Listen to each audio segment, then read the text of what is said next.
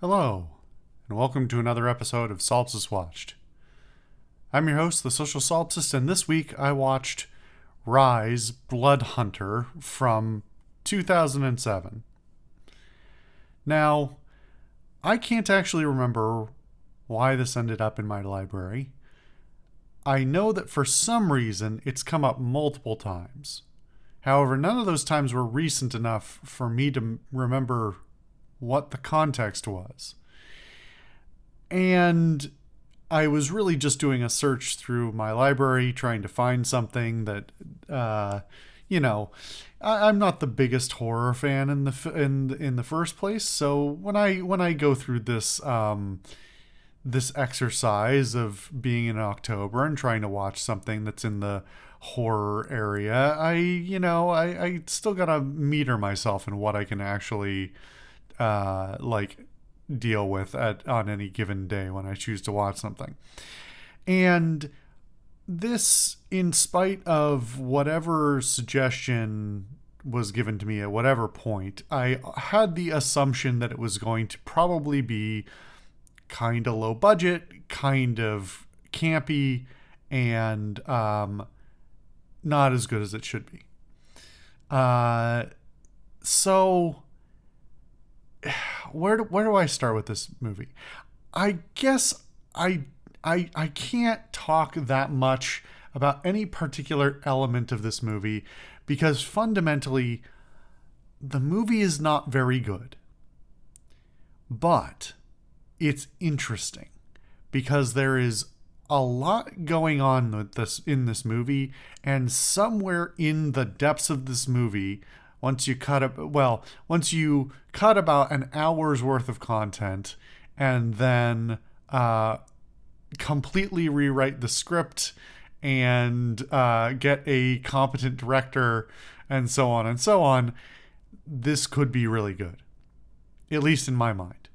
So I'm going to skirt over my normal sort of checklist of things to talk about very briefly, and then I'm going to talk about what this movie should have done or is almost doing.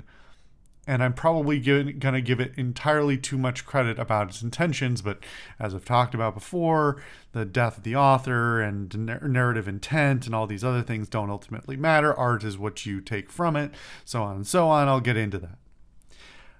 So, this movie is too long. It is over 2 hours, and oh, wait a minute. The extended cut is over 2 hours. The theatrical cut is only an hour and a bit over an hour and a half. That's fascinating. Okay, I feel like that's a relevant point I should put in here. I didn't realize that the version I was watching was the extended cut, but apparently it is. I'm not going to go back and check and see what I got to see in the theatrical release didn't have, because this movie's not good enough for that. So we're just going to move on from that.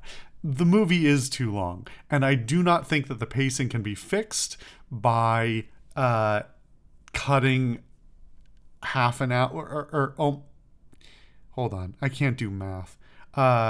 Cutting half an hour out of the film would not fix the pacing issues. It might make it drag slightly less, but this was not fixed on the cutting room floor. I can't even fathom what exactly they would have done, other than the fact that there's a lot of scenes in this movie that kind of don't need to be there at all. They are not particularly relevant to the plot. They are just sort of a series of events that just kind of happen. There's a lot of the editing that could be tightened up. The cinematography is not particularly pleasant to look at for most of the time, which is funny because the very first shot of the film is actually really well produced, and every subsequent shot looks like a murky, grimdark, mid-2000s, low-budget action horror film. And that's what it is.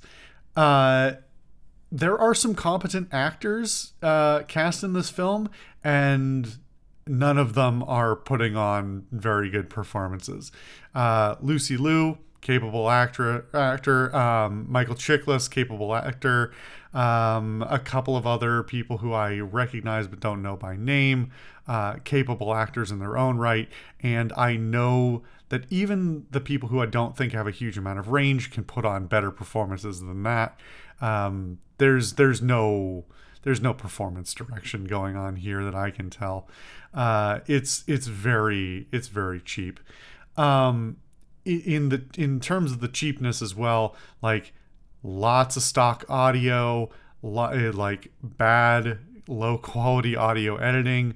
The sets and props are pretty poor, even if there are a lot of them. They don't look good most of the time, and are never give off the vibe that the whole scene was actually composed deliberately. It's more like, well, we've got this person, and then they're in this place. Just make something that looks like that. The details don't matter. That's what it feels like a lot of the time, is just get the idea of the scene across, not any of the actual meaningful details that might make it feel like a fleshed out real world. As I said, the tone is a mess, or the pacing is a mess. The tone is also a mess. The script itself is just an absolute mess of it's a mess in every possible way. It is stilted. It has characters, especially Lucy Liu's character, wavers between two completely different personalities for no reason other than she needed to be for this shot and not for that shot. It's just an absolute disaster of a script, pretty much top to bottom. Is it like offensively terrible? No, but it's not doing anything meaningful or good, and I like mentally zoned out of it. Like only using 10% of my brain because that's all I needed in order to absorb what little it was attempting to deliver, and in such a sloppy manner. Beyond that, like, it looks a lot like a lot of other things from this era. Like I said, that sort of mid to low budget, grim, darky, mid 2000s look is very much present. However, relevant to this comparison is that it does not compare favorably to things that that came around about the same time. So, like, the Blade series, better in pretty much every way. Underworld, which has its ups and downs for its series in terms of its quality, is still, like, even the worst of those films is generally produced and written better than this, or at least more entertainingly. It just does not compare favorably in really any respect. And doesn't use any of its possible advantages well. So here's the part where I talk about what the movie should have done. There's something in here, and I am not going to say that it was in the intention of the writer, the original script writers, but thematically, this movie feels to me very much like a strong metaphor. And as some of you will remember a little bit from me talking about during my back and forth series with vampire films, and talking about the historical context for vampire media and all these other things. Vampires are really interesting in terms of what they can represent historically and in a modern sense. And so there are a lot of different interpretations for what the idea of a vampire or the metaphor of a vampire is for. And I got the strong feeling watching this film, and this is going to be a bit of a spoiler, not to the plot, but tonally, I think. Not that you should care all that much at this point. That the vampirism in the movie is used basically as a metaphor for passing on abuse. And I am going to dance around this a little bit, both for the sake of anybody who might be sensitive to it, or YouTube itself, which, likes to auto-process things and flag things that it doesn't understand. So I'm going to use some weasel words here. The first part of this film reads like a slasher.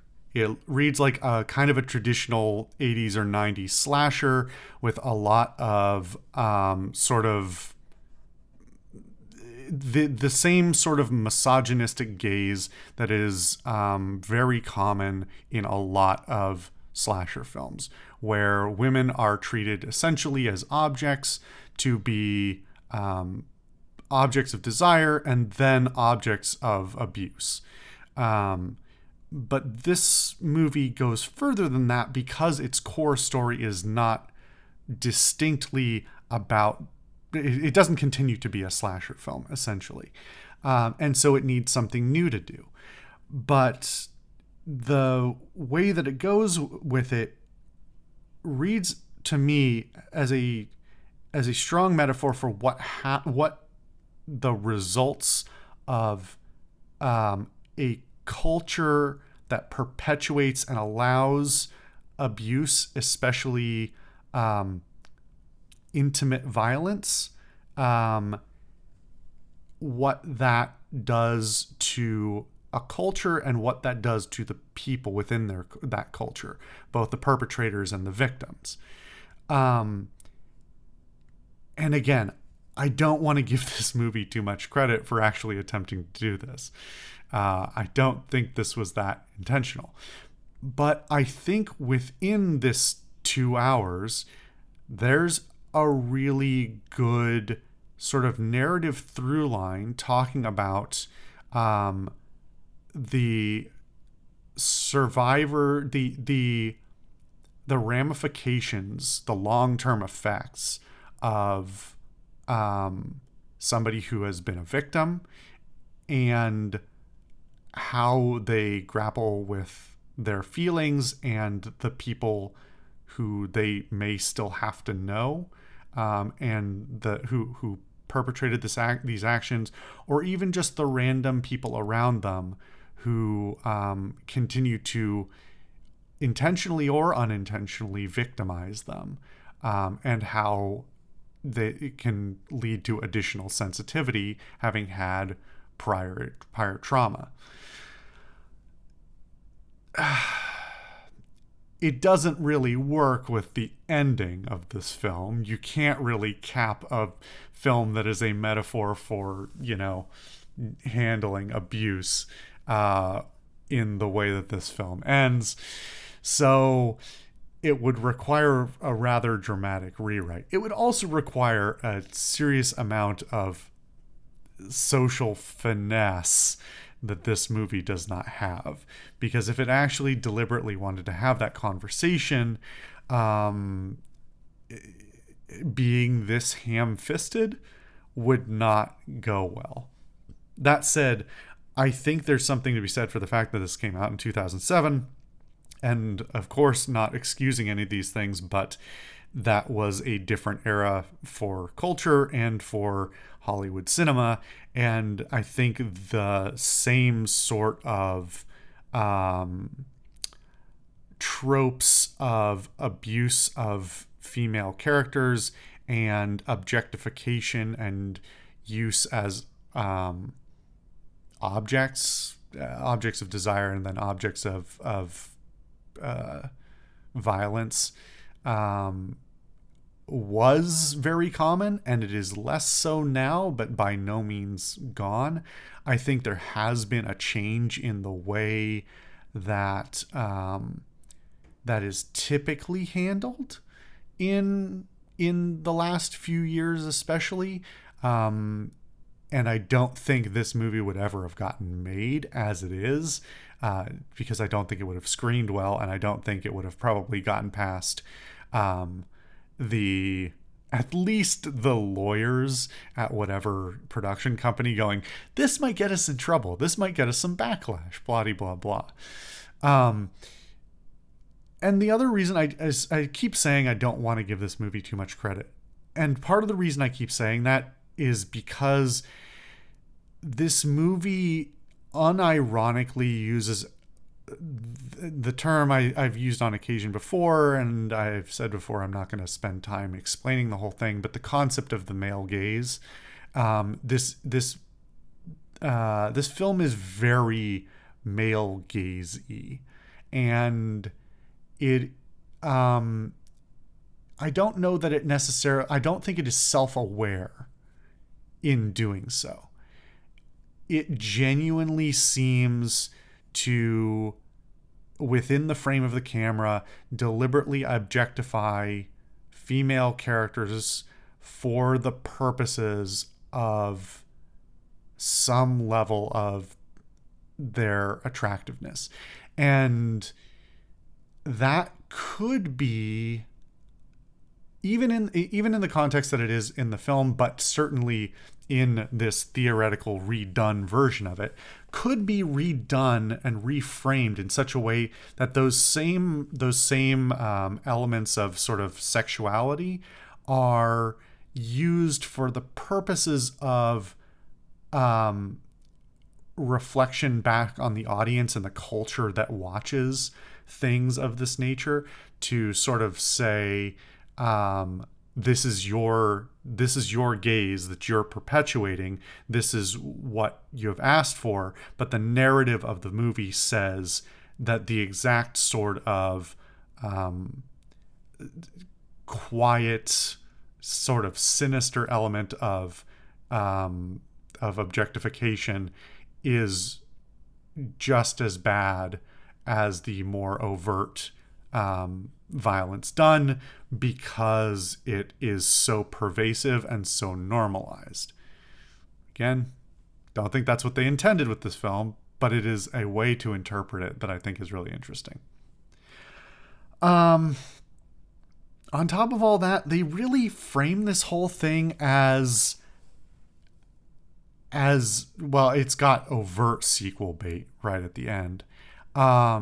And I have no idea what they theoretically thought that would have been. Obviously, in my theoretical redone version of it, they probably can't perpetuate the same. They can't make a series out of it, because having that same narrative through line the whole way through is like, it doesn't work over multiple films. You can't just have the, like, you can't perpetuate that metaphor that long, basically.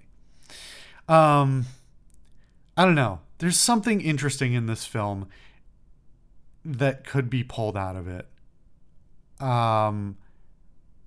But so much of my theoretical fixes to it don't require you to actually salvage anything but a very loose idea from the film, that you should probably just toss the whole thing out. Unless you're really interested in my sort of imagined vision of this, I would probably not recommend watching this. In fact, I would probably, despite not being very good, I would probably recommend you watch the Underworld films instead, because they're genuinely better. They're cheesy, and some of them are quite bad, but some of them are decent. They're still bad, still not great films, but turn off your brain. It's just weird, dumb. Anyway, I digress. Thank you guys for watching another episode of Solipsist Watched. I've been your host, the Social Solipsist, and I'll see you guys next time.